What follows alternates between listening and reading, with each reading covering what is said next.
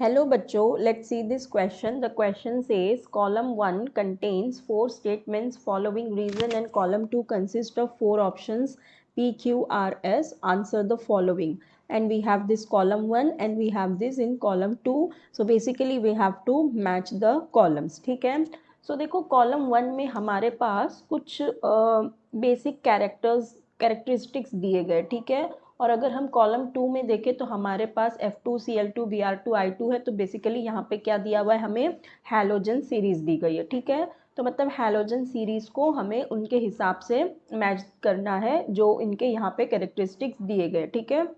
तो देखो हम अगर हैलोजेंस की बात करते हैं तो हैलोजेंस में हमें पता है हैलोजेंस में कैसे होता है, fluorine, chlorine, bromine and iodine. ठीक है. इस तरह से ये हमारे पास ग्रुप में होते हैं.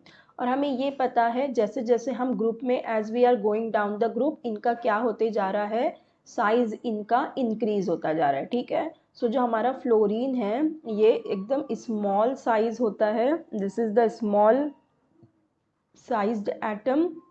एंड जो हमारा आयोडीन होता है ये होता है लार्ज साइज्ड एटम. ठीक है. एक ये चीज़ हो गई.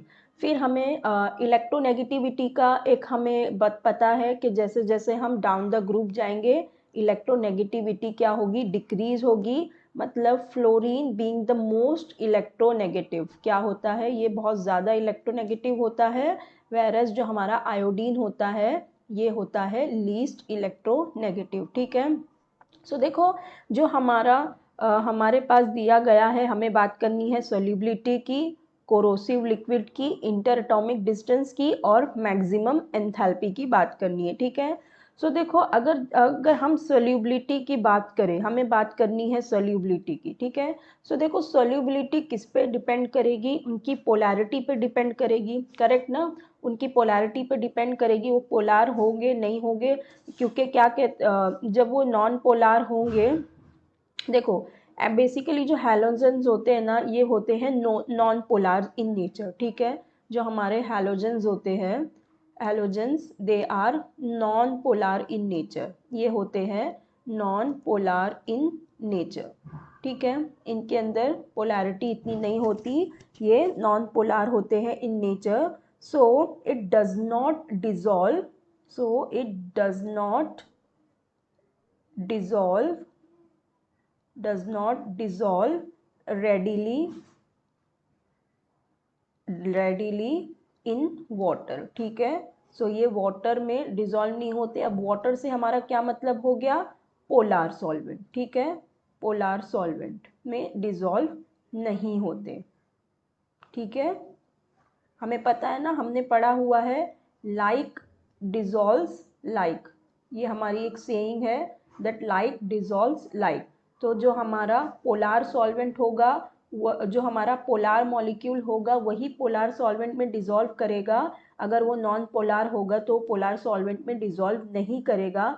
सो जो हमारे हैलोजेंस होते हैं they are being non polar nature, so they does not dissolve readily in the polar solvent like water. ठीक है.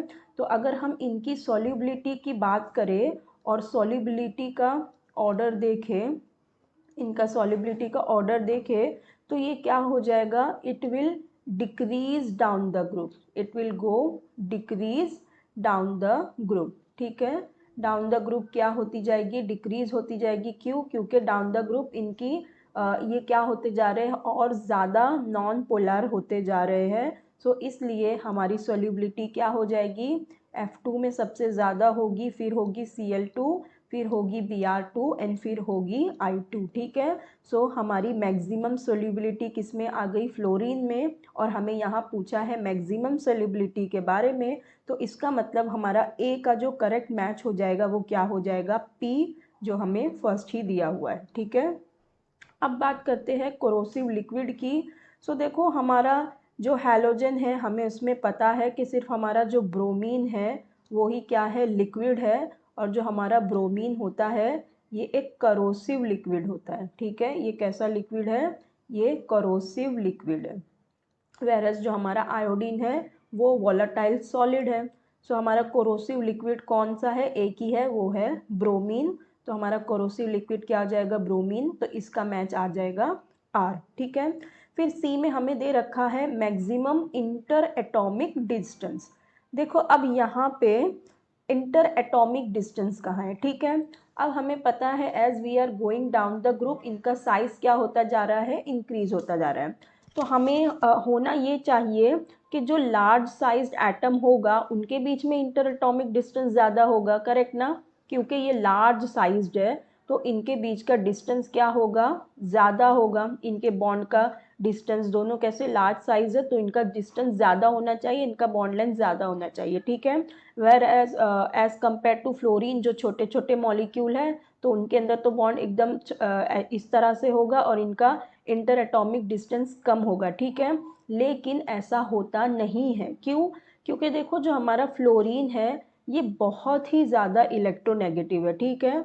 और इसके सराउंडिंग में हमारे पास होते हैं ये इस तरह से 3 लोन पेयर्स होते हैं, ठीक है। 3 लोन पेयर्स इसके पास होते हैं, इसके पास होते हैं। और जब इनका साइज इतना छोटा होने की वजह से ये जो 2 लोन पेयर्स है ये बहुत ही ज़्यादा करीब में हो जाते हैं, तो इनके बीच में क्या होने लगता है, लोन पेयर रिपल्शन चालू हो जाता है, ठीक है। क्या चालू हो जाता है, लोन पेयर रिपल्शन होने लगता है। और इस रिपल्शन की वजह से जो इनका ये जो इंटर एटॉमिक डिस्टेंस है ये क्या हो जाता है, इंक्रीज हो जाता है। ये एक दूसरे को इतना रिपेल करते हैं कि जो इनका जो डिस्टेंस है ये क्या हो जाता है, इंक्रीज हो जाता है। तो सबसे ज़्यादा अगर हम इंटर एटॉमिक डिस्टेंस की बात करेंगे तो वो हमारी किस में हो जाएगी, हमारी हो जाएगी फ्लोरीन में, ठीक है। सो हमारी सबसे ज़्यादा इंटर एटॉमिक डिस्टेंस हो जाएगी फ्लोरीन में। तो इसका भी जो हमारा मैच है वो क्या आएगा, पी ही आएगा, ठीक है। फिर देखो हमें डी में दिया गया है मैक्सिमम एंथैल्पी ऑफ डिसोसिएशन। अब हमें बात करनी है मैक्सिमम एंथैल्पी ऑफ डिसोसिएशन की। देखो जो बॉन्ड डिसोसिएशन एनर्जी ऑफ जो क्लोरीन होती है वो एक्चुअल में फ्लोरीन से ज़्यादा होती है, क्यों? क्योंकि यही बात हो गई यहाँ पे, इसके केस में है inter atomic inter electronic repulsion हो गया, ठीक है।